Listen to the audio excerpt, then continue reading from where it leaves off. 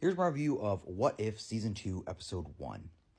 I thought that this episode was okay, and this show as a whole, like season 1 I thought was like, it was okay. I thought that there were some really good episodes and some really bad ones.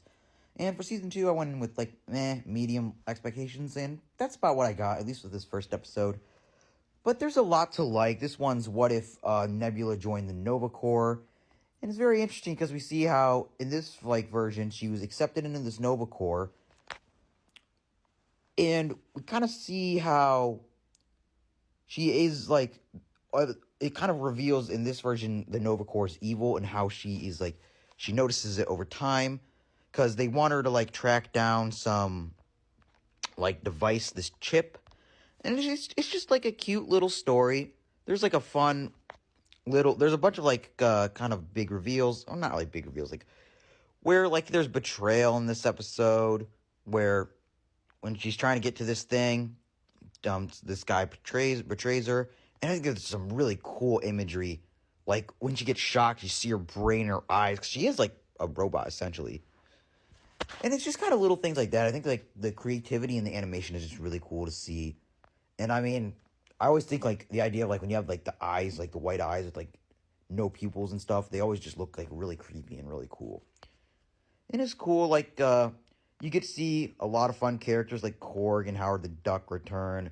Howard the Duck in this version, he runs a casino, and he's just a lot of fun. I mean, I think what made me just not get invested is I just think that this plot, some of these what ifs, I think the main problem with the first scene is there's a lot of better what ifs I feel you could come up with, and it's just not really living up to the potential that it could be.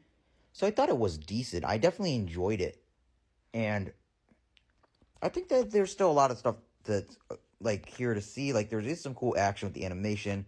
I really like the scenes where she's in the rain. It always looks really cool in animation. Some great scenes with Korg as well. And I think it's really cool because towards the end we see this new version of the Guardians of the Galaxy, and it's finally cool just to see the all adult huge group, because you're kind of seeing the betrayal of the Nova Corps girl, of how it was all a setup just to kind of get weapons. And so eventually there's gonna be betrayal, and she did she almost sacrificed, she kind of almost fell, and then Nebula caught her though and saved her. But there's still a lot to like here. I mean, this animation I think is just really cool to see. So just very creative. And Nebula as a character I really do like. I always think that she's one of my favorite characters in the Guardians franchise. And I think that she was once again great here. I mean, still Karen Gillan returning here, and her voice work I think is very well. It's very done very well. Can't speak.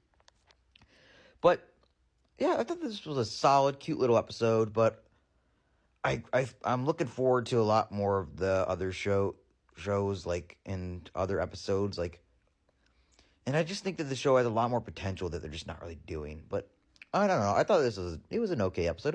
It was decent. It was fun.